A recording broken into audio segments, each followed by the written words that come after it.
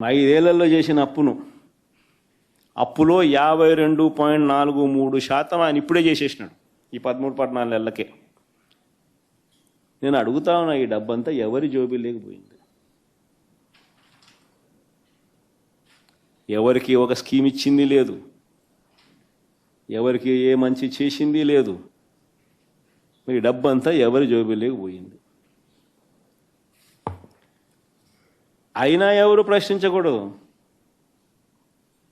ఈ మాదిరిగా ఉన్నా కూడా ఎవరు అడగకూడదు. అడిగితే సుమా తప్పుడు కేసులు. షాక్ కొట్టేలా ఏకంగా పెంచిన కరెంటు ఛార్జీలు 18,272 కోట్లు. కరెంటు ఛార్జీలు తగ్గిస్తాడన్న కథ దేవుడు ఎరుగు.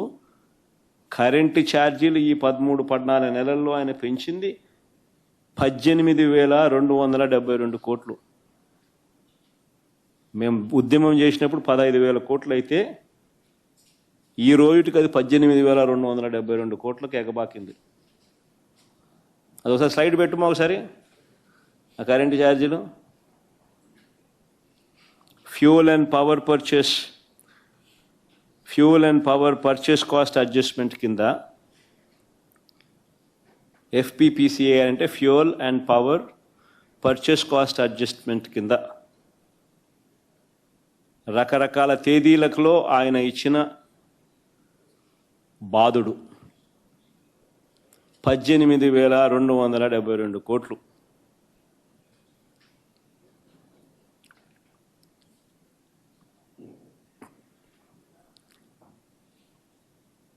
దీని గురించి ఎవరు మాట్లాడకూడదు. పాల ధరల దగ్గర నుంచి చంద్రబాబు నాయుడు పుణ్యానాన్ని అమూల్ మూతపడతా ఉంది. చంద్రబాబు నాయుడు పుణ్యాన అమూల్ మూతపడతా ఉంది. రైతులకు గిట్టుబాటు ధరలు, పాల ధరలు తగ్గాయి. కానీ మార్కెట్లో మాత్రం వీళ్ళ హెరిటేజ్ కార్టెల్ ఫామ్ చేసి పాల ధరలు పెరిగాయి. ఇలా పాల ధరలు తాగేవాడికి పెరిగినా ఎవడు మాట్లాడకూడదు, రైతులకు పాల ధరలు తగ్గినా ఎవరు మాట్లాడకూడదు, అమాంతంగా పెరిగిపోయిన స్కూల్ ఫీజుల గురించి ఎవరు మాట్లాడకూడదు, అమాంతంగా పెరిగిపోయిన స్కూల్ ఫీజుల గురించి ఎవరు మాట్లాడకూడదు, పెరిగిన బతుకు భారం గురించి ఎవరు అడగకూడదు. పొరపాటున ప్రశ్నిస్తే సుమా తప్పుడు కేసులు.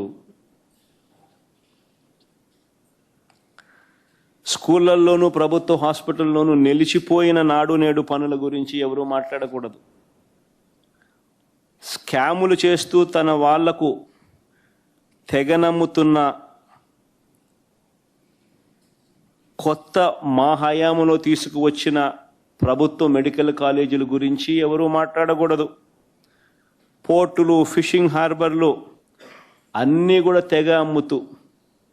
తెగనమ్ముతూ స్కాములు చేస్తూ ఉన్నా ఎవరు మాట్లాడకూడదు, ఎవరు అడగకూడదు. ఇష్టారాజ్యంగా ఇసుక మాఫియా చేస్తూ ఉన్నా మాట్లాడకూడదు. గ్రామ స్థాయి నుంచి బెల్ట్ షాపుల ఆధ్వర్యంలో జరుగుతూ ఉన్న లిక్కర్ మాఫియా గురించి ఎవరు మాట్లాడకూడదు, మట్టి మాఫియా గురించి ఎవరు మాట్లాడకూడదు. అమాంతం కాంట్రాక్టులు, రేట్లు పెంచేసి రాజధాని ప్రాంతంలో రేట్లు చూస్తే అసలు ఏం కడతా ఉన్నారు, బంగారుతో కడతాన్నారా బిల్డింగ్లు అనిపిస్తాను. స్క్వేర్ ఫీట్ 9,000 రూపాయలు, 10,000 రూపాయలు. బంగారు రాడ్లతో కడతానట్టున్నారు. అమాంతం పెంచేసి ఇంతకు ముందు లేనిది మొబిలైజేషన్ అడ్వాన్స్ కొత్తగా వీళ్ళు ఇప్పుడు మొదలుపెట్టిస్తూ మొబిలైజేషన్ అడ్వాన్స్ పేరిట ఇవ్వడము డబ్బు, అందులో 10% ఇవ్వడము, 8% ఎత్తడము.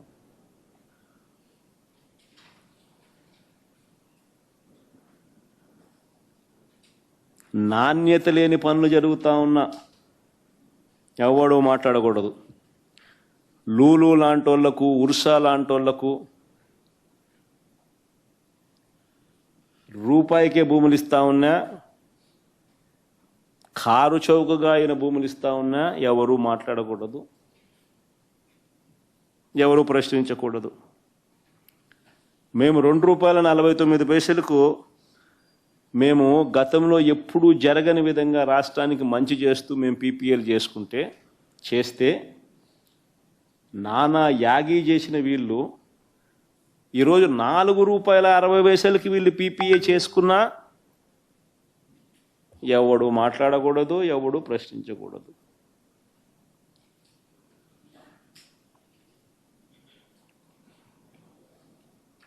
రాష్ట్ర వ్యాప్తంగా హత్యలు జరుగుతూ ఉన్నా మాట్లాడకూడదు, హత్య యత్నాలు జరుగుతూ ఉన్నా మాట్లాడకూడదు, దౌర్జన్యాలు జరిగినా మాట్లాడకూడదు, ఆడపిల్లల మీద అఘాయిత్యాలు చేస్తూ ఉన్నా మాట్లాడకూడదు. ఎవరు ప్రశ్నించకూడదు, అడగకూడదు. అడిగితే ప్రశ్నిస్తే సుమా తప్పుడు కేసులే.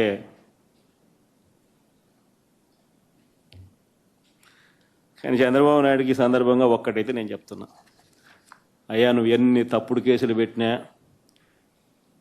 భయపడేది లేదు.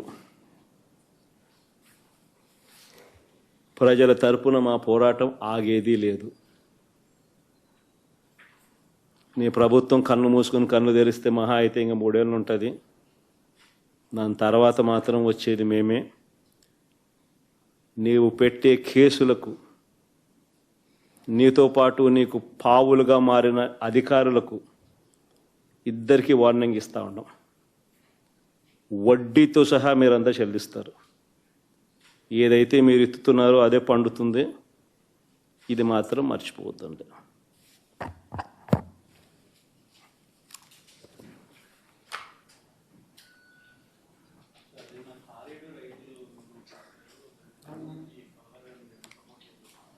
అదురుగా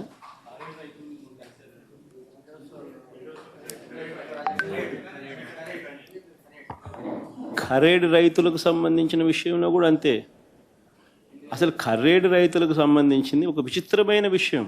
ఇంకా ఆశ్చర్యం కలిగించే విషయం ఏంటి తెలుసా, ఇండోసోల్ అనే వాళ్లకు చేవూరు, రేవూరు అనే గ్రామాల్లోనే గతంలో వాళ్ళ దగ్గర నుంచి 500 కోట్ల రూపాయలు డబ్బులు తీసుకుని ఆ డబ్బుతోనే అక్కడ ఆ ఊర్లలో ల్యాండ్ అక్విజిషన్ పూర్తి చేసి 5,000 ఎకరాల ల్యాండ్ అక్విజిషన్ కంప్లీట్ చేసి వాళ్ళకి ఇచ్చేసినాం, హ్యాండ్ ఓవర్ చేసినాం. ఇన్ఫ్యాక్ట్ అందులో 114 ఎకరాల్లో వాళ్ళు ఆల్రెడీ బిల్డింగులు కడతా ఉన్నారు. ఆల్రెడీ 1,200 కోట్లు ఖర్చు పెట్టి 1 గిగాబైట్కి సంబంధించిన ప్రాజెక్టు కూడా అక్కడ ఆల్రెడీ స్టార్ట్ అయిపోయింది. అక్కడ రైతులు సంతోషంగానే ఇచ్చినారు, ల్యాండ్ అక్విజిషన్ పూర్తయిపోయింది, 8,000 ఉద్యోగాలు కూడా ఆ ప్రాంతానికి వస్తూ ఉన్నాయి. వాళ్ళందరూ సంతోషంగా జరిగేదాన్ని అక్కడ నుంచి వాళ్ళను పొగబెట్టి వెళ్ళిపోమన్నట్టుగా వాళ్ళ కోసం సేకరించిన ఆ భూమిని వాళ్ళకి ఇవ్వకుండా అక్కడ వేరే వాళ్ళకి ఆ భూములు అలాట్ చేసి వీళ్ళను ఖర్రేడు అనే ప్రాంతానికి తీసుకొని పోయి ఎక్కడైతే 2 పంటలు పండే భూములు ఉన్నాయో, ఎక్కడైతే రైతులు వ్యతిరేకిస్తూ ఉన్నారో అక్కడ వీళ్ళకి భూములు ఇవ్వాలని చెప్పి ఇస్తామని చెప్పి అక్కడ వీళ్ళని అక్కడికి పోమని చెప్తా ఉన్నారు. అక్కడ వాళ్ళ రైతులకు ఇష్టంగా లేరు, భూములు అక్కడ నిజంగా అడగడం ధర్మం కాదు. అలాంటి చోట వీళ్ళని పొమ్మని చెప్తే ఆ ఫ్యాక్టరీ రాకూడదనే కదా, పొగబెట్టి వెళ్ళిపోమనడమే కదా. మరి ఇది 42,000 కోట్ల పెట్టుబడులు, 8,000 మందికి ఉద్యోగాలు వచ్చే అవకాశాలు, ఇవన్నీ మీరేం చేస్తూ ఉన్నారు? ప్రాజెక్టులు రావడానికి చూస్తున్నారా, ప్రాజెక్టులను పంపించడానికి చూస్తున్నారా?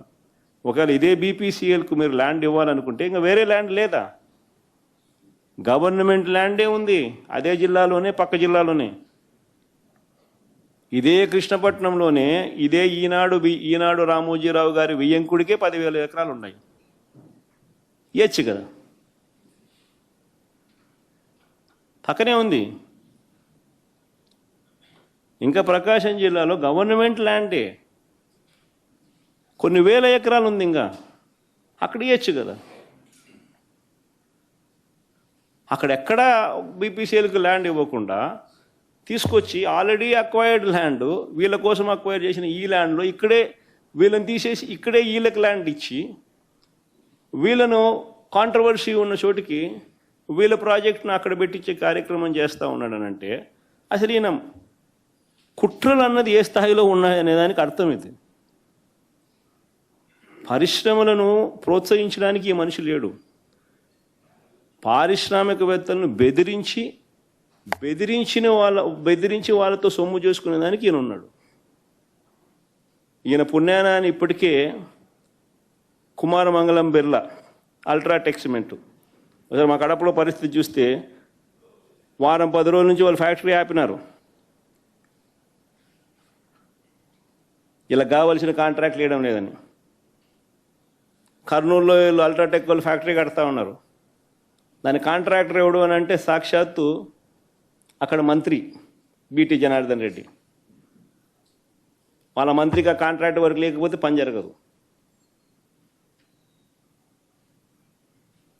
ఆ దాల్మియా సిమెంట్ పరిస్థితి అంతే. కాంట్రాక్టర్లు అందరినీ కూడా మొత్తం వీళ్ళ మనుషులు తీసుకొని వచ్చి అక్కడ పెట్టినారు. పెడితేనే వర్కులు జరుగుతాయి, పని జరుగుతాయి, లేకపోతే లా. జిందాల్ వాళ్ళు ఎన్నికి వెళ్ళిపోయినారు తప్పుడు కేసులు బిగించి వాళ్ళను బెదరగొట్టేసరికి. అరవిందో వాళ్ళు నమస్కారం పెడతా ఉన్నారు, చంద్రబాబు నాయుడు నీకు నమస్కారం అని. కేవలం బెదిరించి వాళ్ళ దగ్గర నుంచి బ్లాక్మెయిల్ చేసి సొమ్ము చేసుకోవడం కోసమే చంద్రబాబు నాయుడు అనే వ్యక్తి ఉన్నాడు. పరిశ్రమలు రావాలని, దానివల్ల ఉద్యోగాలు రావాలని, దానివల్ల ప్రాంతానికి మంచి జరగాలనే ఉద్దేశం చంద్రబాబు నాయుడు ఎక్కడా లేదు.